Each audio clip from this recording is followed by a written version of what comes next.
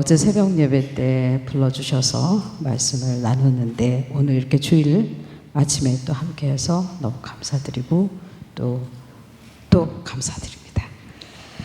저는 케냐에서 왔습니다. 여러분들은 오늘 1인당 한 2,000불은 세이브하셨다 그렇게 믿으시면 됩니다. 저를 만나시려면 케냐 나이로비까지 오셔야 되는데 수고도 안 하시고 저를 만나셨으니 땡 잡으신 겁니다. 여러분들 잘 모르시지만 한국에서는 조금 유명해서 저를 만나시려면 조금 비싼 값을 치르셔야 되는데 제가 여기 왔습니다. 목사님 말씀대로.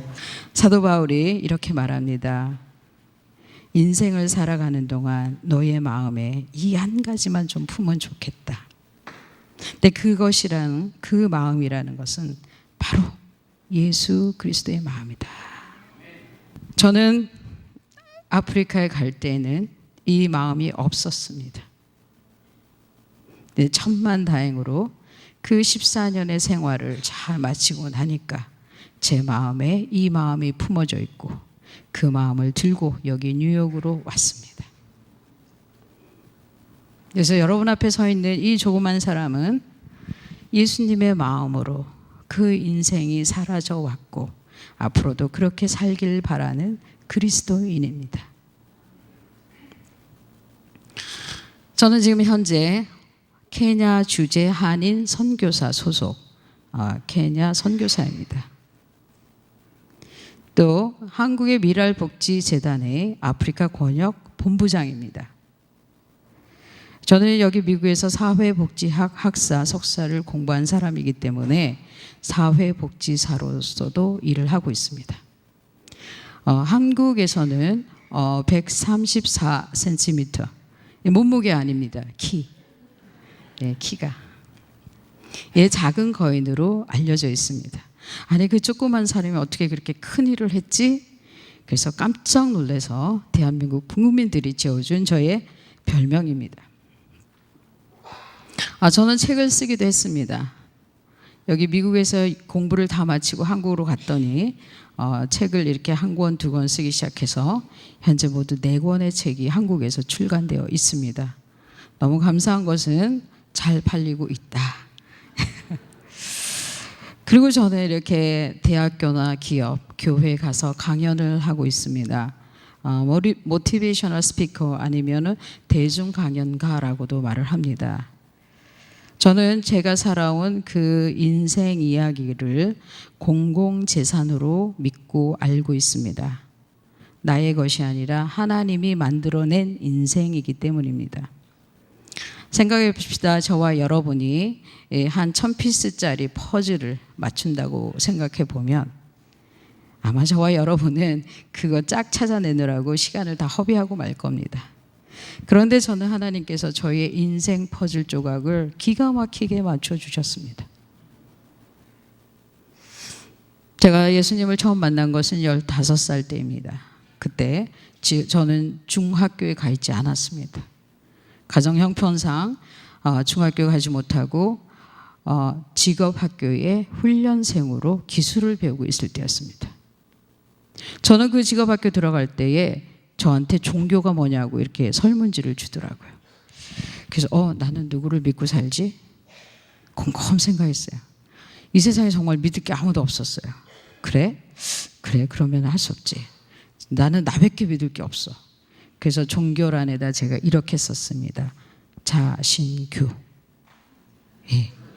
뭔지 아시죠? 그 15살의 어린 아이는 이 세상에 믿을 게 없어서 자기 자신밖에 믿을 게 없다고 그래서 자신교라고 썼던 아이입니다. 제가 왜 저 자신밖에 믿을 수 없었는가? 15살의 저는 정말 죄가 정말 많았습니다.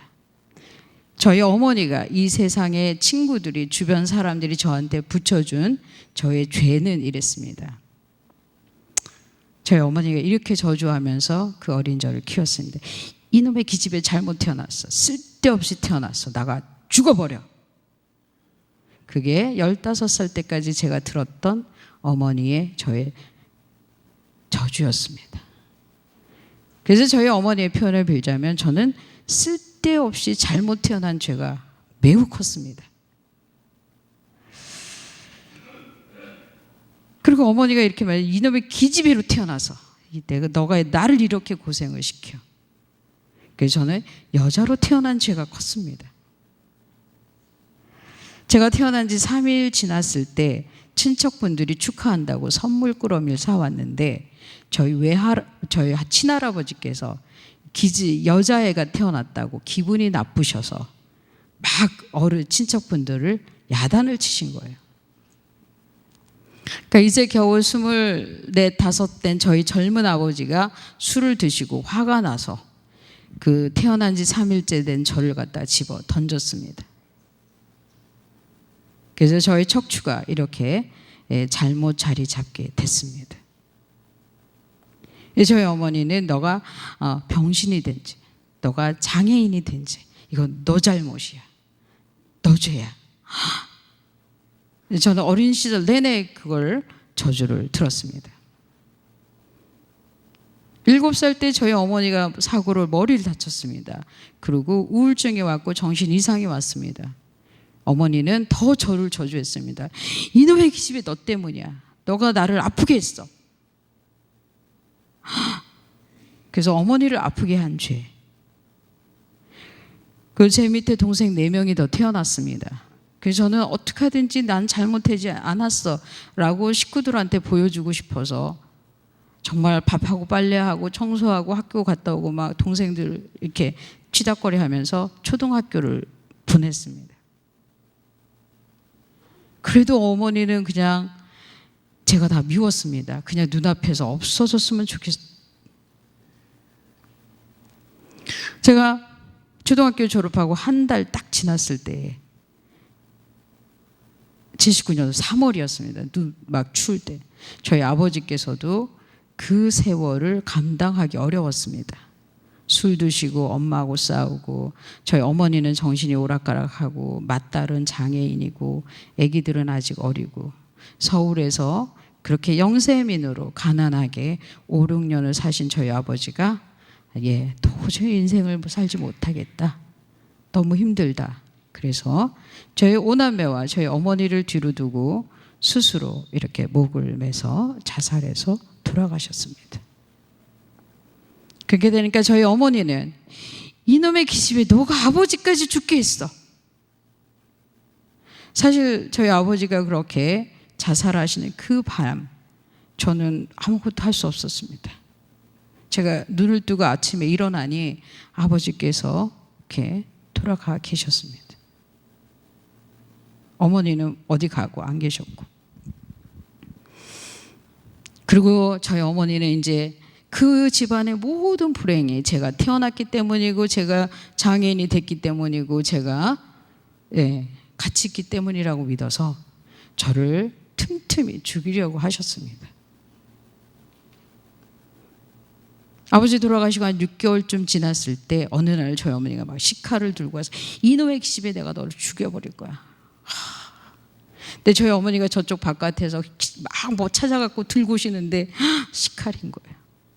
어린 제가 딱 봐도 근데 그 순간 저희 어머니 눈이 이렇게 우연히 마주쳤어요. 잠깐 찰나였어요. 어린 제 마음에도 이것은 누구의 잘못도 아니다. 저희 어머니가 눈에 아무것도 없는 거예요. 그렇게 예수를 믿지 못할 때, 참된 삶을 알지 못할 때 우리 모두는 무엇인가에 매여서 그렇게 살아간다는 것, 그때 알게 됐어요. 어머니를 확 밀쳐냈어요. 그리고 정말 가출을 했어요. 저는 초등학교 6년 중에 3년을 길거리에서 남의 집에서 잠을 잔 사람이에요. 집에서 잘 수가 없었어요. 엄마가 하도 때려서. 정말 가출을 했어요. 가출을 하고 나니까 갈 데 없었어요. 어찌어찌 해서 한의원 집에 식모 가사 도우미로 가서 한 1년쯤 살다가 안 되겠다. 내가 이렇게 밥하고 빨래하고 살 게 아니다. 그래서 스스로 찾아간 곳이 직업학교 기술을 배우는 곳이었어요. 그때까지 제가 왜 저 자신만 믿을 수밖에 없다고 말했는지 이해가 되시지 않습니까? 아니, 그 14살짜리가, 그 14살 조그만 아이가 그렇게 왜 죄가 많을까요? 그 아이가 이 세상에 와서 무슨 잘못을 했길래? 저와 여러분은 죽었다 해도 스스로 선택해서 이 세상에 온 사람들이 아닙니다. 그렇지 않습니까? 예, 좀 손을 좀 들어보십시오. 이 세상에 오고 싶어서 오신 분 있으면 손을 들어보십시오. 예, 예수님 빼고는 없으시군요. 정말 이해할 수 없는. 그래서 그때까지 그 15살 그 어린 제 마음에는 억울함. 도대체 누가 나를 만들어서 보냈는가? 나를 낳아준 엄마도 내가 잘못해놨다고 하는데 누가 나를 만들어서 보냈나? 도대체 내 죄가 뭔가? 네, 그렇게 죄가 많았던 그 14살, 15살 그 아이를 그리스도인 선생님이 눈여겨보셨어요. 그리고 저한테 예수님을 소개해 주시고 전도를 하셨어요. 10대 아이는 호락호락 전도에 넘어가지 않습니다.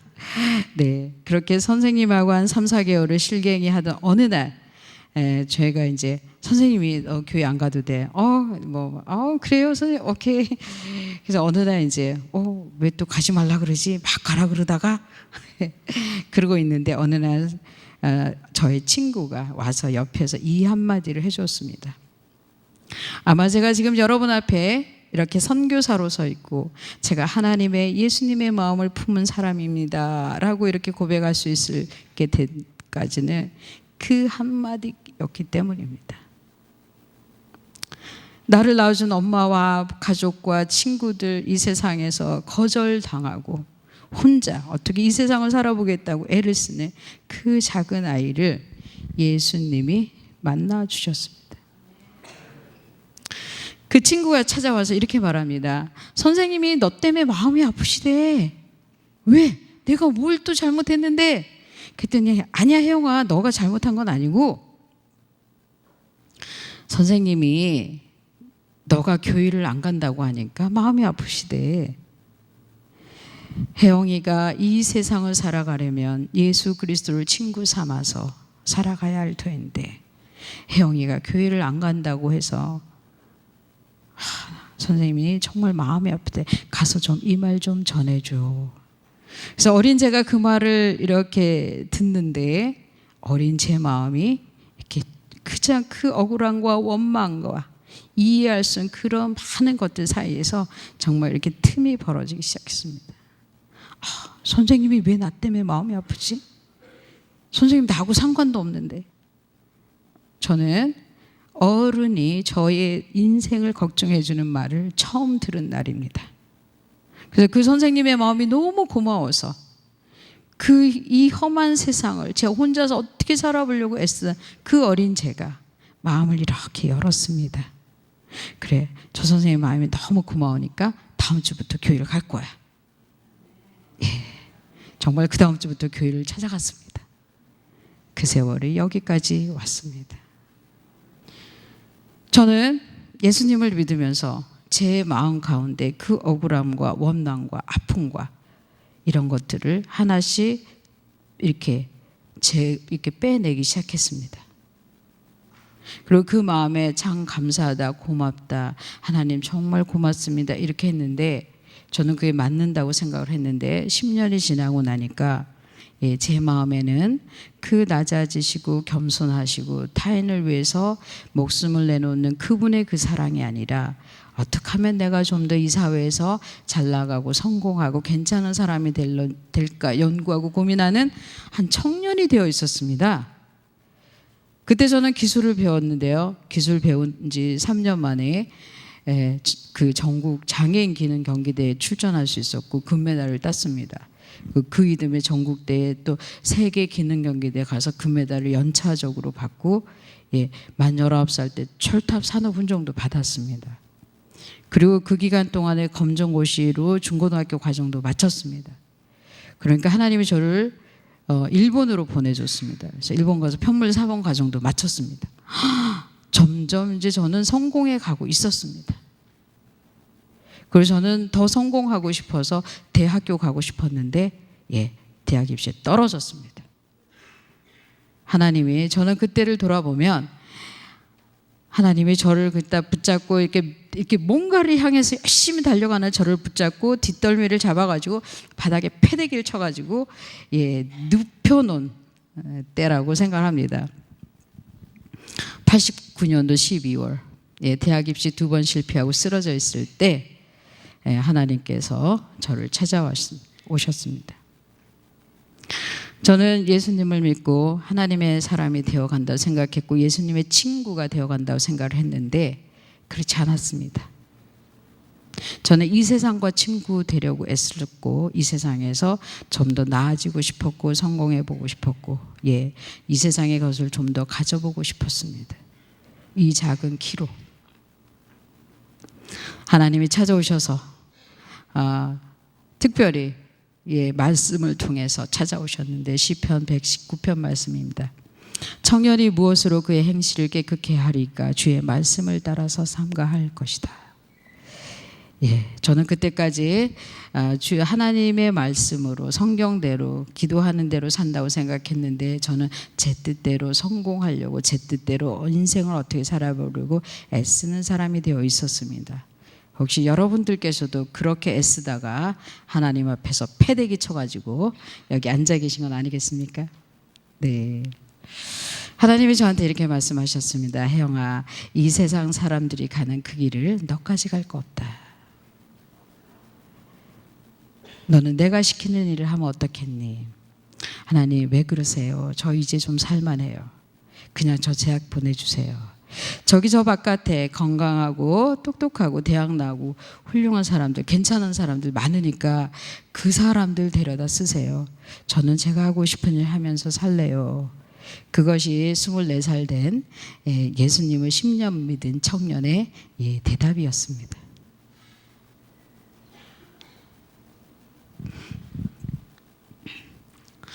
하나님께서는 저한테 이 세상 사람들이 가는 그 길을 너까지 갈 거 없다라고 하시면서 저를 재촉해 주셨습니다.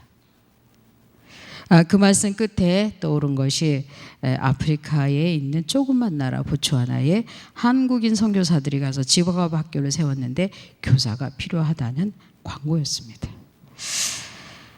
그래서 저는 하나님 알았습니다. 그러면은 그동안에 성공하게 해주시고 막 금메달 따개고 막 이런 거 너무 고마우니까 가서 1년 동안 자원봉사하고 오겠습니다. 그렇게 한 것이 제가 그동안에 예수님을 믿으면서 품어왔던 잘못된 것들을 돌이키는 커다란 계기가 되었습니다. 저는 성공하려고 아프리카로 가지 않았습니다. 저는 대학 공부를 하거나 유명해지기 위해서 아프리카로 가지 않았습니다. 그 말씀을 받고 1990년 2월에 아프리카로 날아갔습니다.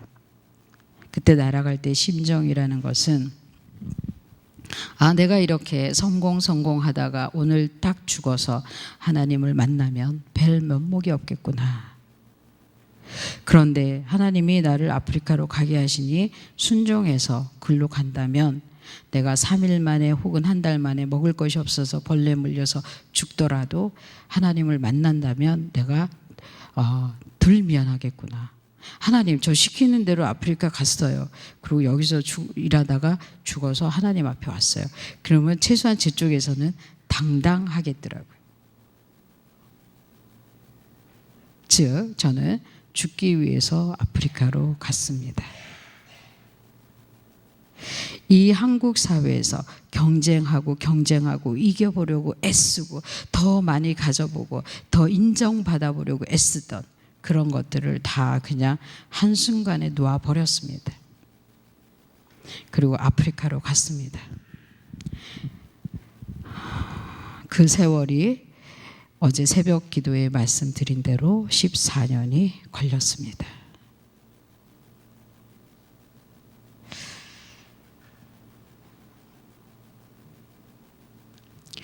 예수님을 믿으면서도 예수님을 영접하고 구주로 친구로 살아간다고 했던 이 청년, 이 작은 한 사람도 부지불식간에 예수님의 마음을 품지 못하고 이 세상의 것으로, 성공으로, 더 소유욕으로 제 자신을 채워갔던 것입니다. 아프리카까지 끌려가서 14년을 보내면서 그 많은 일들을 다 겪으면서 빌립보서 2장 6절, 7절, 8절 말씀을 체험하게 되었습니다. 저 자신을 내려놓고 저 자신을 또 내려놓고 저 자신을 또 내려놓고 저는 여러분들이 저보다 내려놓기가 더 힘들다는 걸 잘 압니다. 저보다 몸이 더 크셔서. 이 작은 사람이 그걸 내려놓는데 14년이 걸렸는데 아마 여러분은 2배가 걸리지 않겠습니까? 그러니 저처럼 아프리카로 끌려가서 그 험악한 세월을 보내지 마시고 이 자리에서 주님의 훈련을 다 잘 마치시기 바랍니다. 귀 있는 자는 들을지어다. 저도 하나님이 다시 저한테 그러한 세월을 주신다면 기꺼이 달려갑니다. 그래서 다시 케냐로 가 있는 것입니다.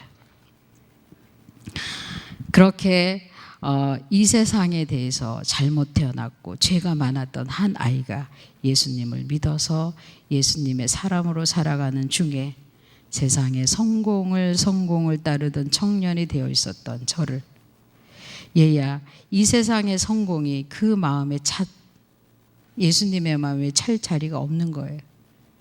그 억울한 마음, 잘못 태어난 죄, 여자로 태어난 죄, 장애인이 된 죄, 그 모든 죄가 마음에 꽉 들어차 있는 동안은 예수님이 제 마음에 들어찰 자리가 없는 거예요.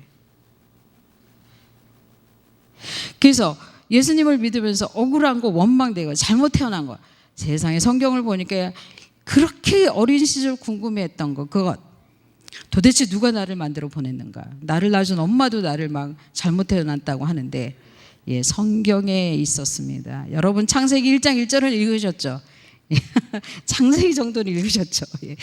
저도 그때 깜짝 놀랐습니다. 어린 나이에 그걸 읽는데 아니 하나님이 저를 만들어서 보냈다. 제가 이 말씀에서 정말 구원을 얻었습니다. 아 그래? 그렇다면 내가 이 세상에 태어난 거는 사람들이 다 잘못했다 그러는데 하나님이 나를 만들어서 보냈다 그러면 잘못된 게 아니네. 그렇죠? 예. 그래서 제가 예수님을 믿으면서 그 어린 10대 때 나는 잘못한 게 없어. 나는 이 세상에 잘못 태어난 게 아니야. 나는 여자로 태어났는데 하나님이 나를 여자로 만들어서 보내셨대잖아. 예. 내가 이렇게 부지불식간에 장애인이 됐는데 그것을 저희 아버지가 그렇게 딸이 장애인으로 살아가라고 던졌겠어요? 아니에요. 어머니가 그렇게 아프셨어요. 아버지가 그렇게 돌아가셨어요. 그것은 제가 어찌할 수 없었던 일들이었어요. 혜영아 너는 잘못한 게 없어. 저는 예수님을 믿으면서 제 마음 가운데서 했던 가장 중요했던 일은 그 어린 저를 제가 용서한 일이었습니다. 왜? 예수님께서 하나님께서 저를 용서해 주셨다고 하고 저를 만들어서 이 세상에 보내주셨다고 하고 이렇게 볼품없고 형편없는 저를 예수님이 사랑한다 하시고 10대 때 저는 저 자신을 보기 싫어했습니다. 제가 봐도 너무 애가 이상하고 못생긴 거예요. 생각해 보세요. 15살 아이가 거울을 안 봐요. 자기가 보기 싫어서. 그러던 아이였어요.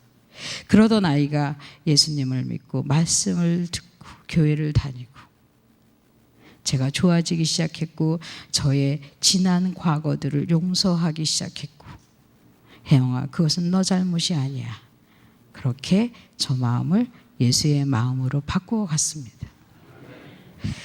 저와 여러분이 인생이라는 이 여행을 통과하면서 고생으로 고통으로 아픔으로 슬픔으로 눈물로 억울함으로 다 이렇게 지나가고 있습니다. 행복하고 즐겁고 기쁘고 그런 순간들은 찰나로 그냥 잠깐 지나가고 맙니다. 그러다 우리가 그런 아픔과 억울함과 원망을 가지고 하나님 앞에 이를 수 있겠습니까?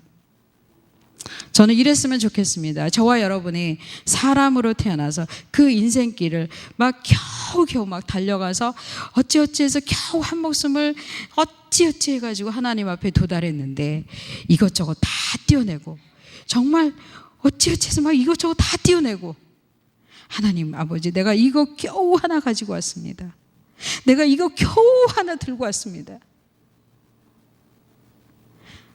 예수님의 마음입니다. 내가 이 한 마음 지키고 오느라고 죽을 고생을 했습니다. 내가 이 한 마음 가지고 하나님 앞에 오려고 죽을 고생을 했습니다.